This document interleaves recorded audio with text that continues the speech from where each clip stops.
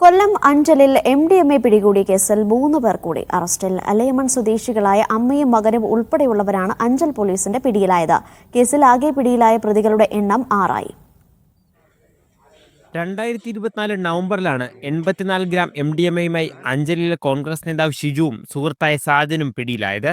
ലഹരിമരുന്ന് സംഘത്തിൽ കൂടുതൽ പേരുണ്ടെന്ന വിവരത്തിന്റെ അടിസ്ഥാനത്തിലാണ് 4 പ്രതികളെ കൂടി അറസ്റ്റ് ചെയ്തത്. അലയമൺ സ്വദേശി ലീന ജേക്കബ്, മകൻ റോണക് സജു ജോർജ്, ആലഞ്ചേരി സ്വദേശി ആകാശ് എന്നിവരാണ് അറസ്റ്റിലായത്. ലീനയുടെ ഡ്രൈവർ കൂടിയായ മറ്റൊരു പ്രതി പ്രദീപ് ചന്ദ്രൻ കഴിഞ്ഞ ദിവസം പിടിയിലായിരുന്നു.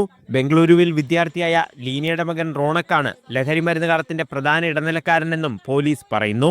റോണക് എന്ന് പറയുന്ന ലീനയുടെ മകനാണ് ഈ MDMA ബാംഗ്ലൂരിൽ നിന്ന് വാങ്ങുന്നതിനും അവിടുന്ന് കൊണ്ടുവരുന്നതിനുള്ള സൗകര്യങ്ങളെല്ലാം ഒരുക്കി കൊടുത്തത് ഈ റോണക്കാണ്. റോണക്കിനെതിരെ കഞ്ചാവ് കൈവശം വെച്ചതിന് അഞ്ചൽ എക്സൈസ് സംഘം മുൻപ് കേസെടുത്തിട്ടുണ്ടെന്നും പോലീസ് അറിയിച്ചു.